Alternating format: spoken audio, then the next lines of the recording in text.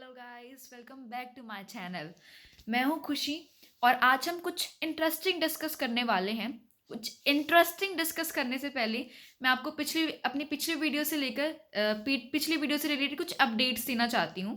हमने पिछली वीडियो में डिस्कस किया था हमने पिछली वीडियो में डिस्कस किया था कैडर अमेंडमेंट्स के बारे में। तो कैडर अमेंडमेंट्स के बारे में जब हमने डिस्कस किया था तो मैंने आपको कहा था कि अगर इसके रिलेटेड कोई भी अपडेट आएगी तो मैं आपको ज़रूर बताऊंगी। तो अभी एक अपडेट आई है, अभी आज के ही न्यूज़पेपर में देखने को मिला है कि जो मतलब हमने लास्ट वीडियो में पढ़ा था कि काफ़ी सारी जो स्टेट्स हैं वो अपोज कर रही हैं कैडर अमेंडमेंट्स को। तो अब हमारी 7 स्टेट्स ऐसी हैं जिन्होंने इन कैडर अमेंडमेंट्स के लिए हाँ कहा है, अपनी हाँ में राय दी है।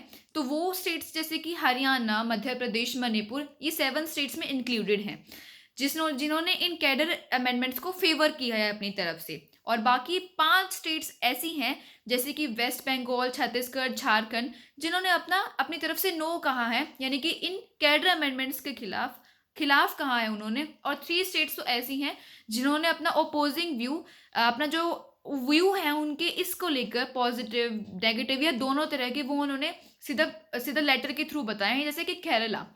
तो ये थी कुछ अपडेट्स। ऐसी ही कुछ अपडेट्स अगर आगे आती हैं तो मैं आपको ज़रूर बताऊंगी। तो चलिए अब चलते हैं अपनी इंटरेस्टिंग टॉपिक की तरफ। तो ये टॉपिक इंटरेस्टिंग कैसे बन जाता है? ये टॉपिक इंटरेस्टिंग इसलिए बन जाता है क्योंकि हमारी कुछ पार्लियामेंट की जो असेंबलीज वगैरह होती हैं, लेजिस्लेचर असेंबली वगैरह होती है, उससे रिलेटेड है।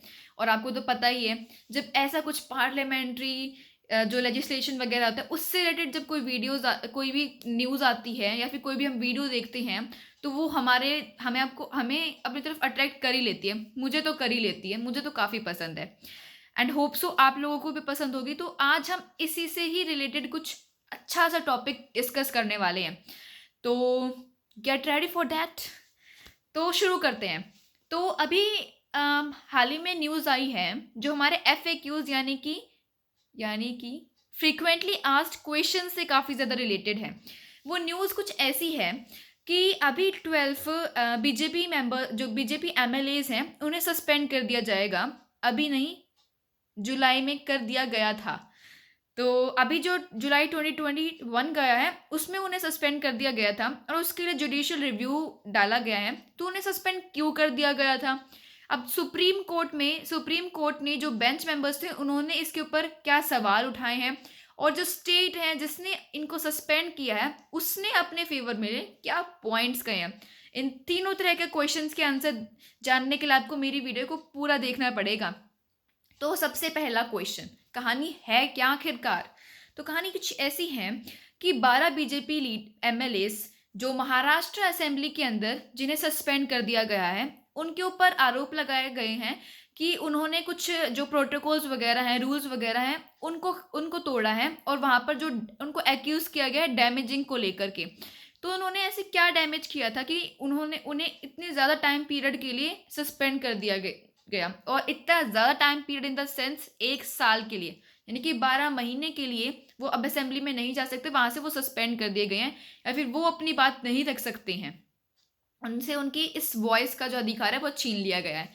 तो बात कुछ ऐसी है कि जुलाई 5, 2021 का दिन था जिसमें MVA यानी कि महाविकास, जो हमारी अगधी गवर्नमेंट थी, उन्होंने एक रेजोल्यूशन पास किया था जिसके अंदर उन्होंने जो एम्पेरिकल डाटा के बारे में बात की थी, OBC से रिलेटेड, यानी कि OBC से रिलेटेड बात की थी उन्होंने, रेजोल्यूशन पास किया था और बैकवर्ड क्लास से रिलेटेड भी। तो उसके दौरान बोला गया है कि इन 12 बीजेपी MLAs ने जो प्रोटोकॉल्स थे उनको वहाँ पर तोड़ा। जैसे कि हम ऐसे नहीं बोलते हैं कि जो पार्लियामेंट्री इस तरह से रेजोल्यूशन वगैरह चल रही होती है तो बोलते हैं ना कि जो ओपोजिशन के जो मेंबर्स होते हैं वो move into the well, इस तरह के हम वर्डिंग्स यूज़ करते हैं, यानी कि उनको इतना ज़्यादा एग्रेशन आ जाता है कि वो स्पीकर के पास ही पहुँच जाते हैं, कि स्पीकर के काफ़ी ज़्यादा जो उनका मेन वो होता है। तो ऐसा ही यहाँ पर भी यूज़ किया गया है कि मूव इनटू द वेल, ऐसा वर्ड्स यूज़ किए गए हैं। और कहा गया है कि जो अब उस टाइम पर जो डिप्टी स्पीकर थे हमारे, जो भास्कर जादेव, जो शिवसेना के MLA हैं, उन्होंने कहा है कि इन्होंने काफ़ी ज़्यादा डैमेज किया, यानी कि हमारे माइक्रोफोन्स को इन्होंने डैमेज किया है और प्रोटोकॉल्स तोड़े हैं वो तो अलग ही। यानी कि एक पार्लियामेंट्री रेजोल्यूशन वगैरह में प्रोटोकॉल्स होते हैं कि शांति बनाए रखना, अगर कोई मेंबर रेजोल्यूशन पास कर रहा है तो उसे बोलने दिया जाना, लेकिन उन्होंने वो सारे प्रोटोकॉल्स तोड़ दिए हैं, ऐसा यहाँ पर कहा गया है। और माइक्रोफोन्स भी तोड़े हैं, जो तो उनके एक तरह से एक प्रॉपर्टी टाइप है। तो बाकी और क्या कहा गया है कि अभी इसको जुडिशियल रिव्यू के लिए डाला गया है। तो मैं आपको कुछ उन 12 बीजेपी जो एमएलएज हैं उनके कुछ नाम बताना चाहूँगी।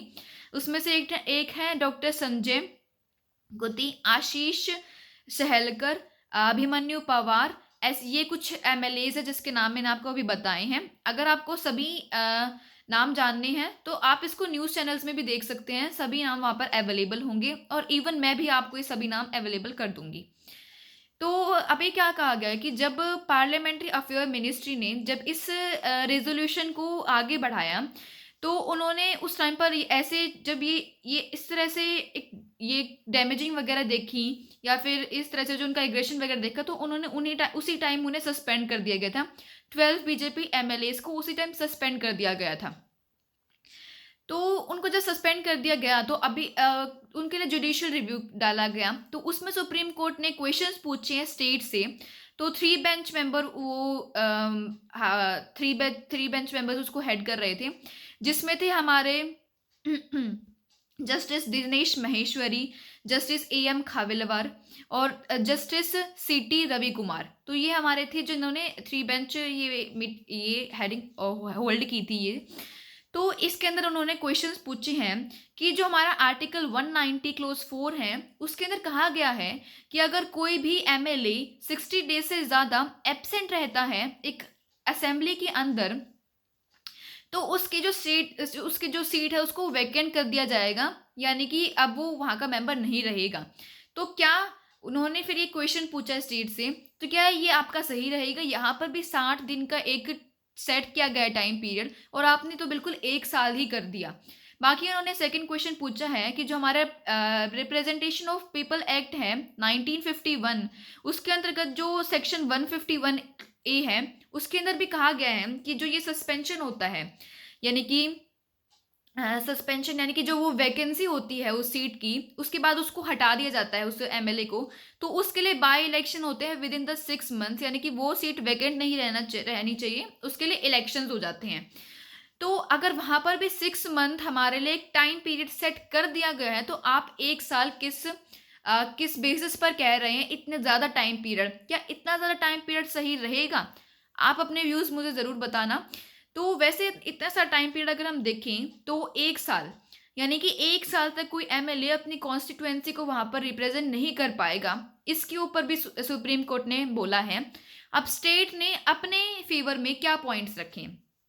स्टेट ने बोला है कि अगर इस तरह से कोई पनिशमेंट की जो लेजिस्लेचर के पास पावर होती है उसके ऊपर कोई लिमिटेशन है ही नहीं, और अगर पूरी असेंबली यानी कि हमारा जो रूल 53 है महाराष्ट्र असेंबली का, उसके अकॉर्डिंग अगर असेंबली में मेजोरिटी ऑफ द पीपल उसके लिए एग्री अप है उस पनिशमेंट के लिए या फिर किसी और चीज़ के लिए, तो उसको ला दिया जाएगा, उसके ऊपर कोई लिमिटेशंस नहीं डाली जाएंगी। और आप इनकी डैमेजिंग की तरफ, जो इन्होंने हमारे प्रोटोकॉल्स हमारे रूल्स वगैरह तोड़े, इसकी तरफ नहीं देख रहे हैं। बाकी उन्होंने कहा है अगर हम इस 60 दिन या 6 महीने के बारे में बात करें तो इसके लिए भी उनके पास कुछ आंसर्स थे अपने, कि वो वैकेंसी को लेकर इलेक्शंस को लेकर है, लेकिन जब हम इन्हें हमें इन्हें खुद सस्पेंड कर रहे हैं, और हमें इनकी इस तरह से सस्पेंड नहीं किया जाता है क्योंकि वो एक ऑफिस होल्ड कर सकते हैं लेकिन उनको बोलने की आज़ादी नहीं, यानी कि वो रेजोल्यूशन कोई चल रहा है, कोई मीटिंग वगैरह चल रही है, तो वो उसमें वो बात सुन सकते हैं लेकिन अपने व्यूज़ नहीं रख सकते हैं, ऐसा कहा गया है। तो ऐसा कुछ स्टेट्स ने अपने फेवर में कुछ ऐसे पॉइंट्स रखे हैं। तो इन पॉइंट्स के अकॉर्डिंग ऐसे ही हमारे 3 जो मैंने क्वेश्चंस आपके सामने स्टार्टिंग में रखे थे कि इन 3 क्वेश्चंस का आंसर हम देखेंगे, वो 3 क्वेश्चंस का आंसर हमें मिल गया है। बाकी अगर हम कुछ एक्स्ट्रा जानना चाहें इसके बारे में, तो हमारा जो लोकसभा होती है, लोकसभा के अंदर जो हमारे आर्टिकल्स हैं 373, 374 और 374 क्लोज है। तो उसके अंदर ऐसा कहा गया है कि सस्पेंशन के बारे में बात की गई है एमएलएज के, लेकिन वो भी एक थोड़ा सा एक हिंट के टाइप पे से लिखा गया है कि वो किसके लिए जाता है 5 कॉन्जिक्यूटिव सिटिंग्स के लिए, यानी कि 5 जो सिटिंग होती हैं असेंबली में उस टाइम पीरियड के लिए ही सस्पेंड किया जाता है ज़्यादातर टाइम। तो और जो हमारी राज्यसभा है, राज्यसभा के अंदर जो आर्टिकल्स हैं हमारे, राज्यसभा के अंदर जो हमारे आर्टिकल्स हैं इसको रिलेटेड, वो हैं हमारे आर्टिकल 255 और जो 256 हैं, ये हमारे आर्टिकल्स हैं। इसके अंदर सस्पेंशन के बारे में बात की गई है। तो ये था कुछ मुद्दा जो अभी न्यूज़ में था। आप इसके बारे में और भी पढ़ सकते हैं।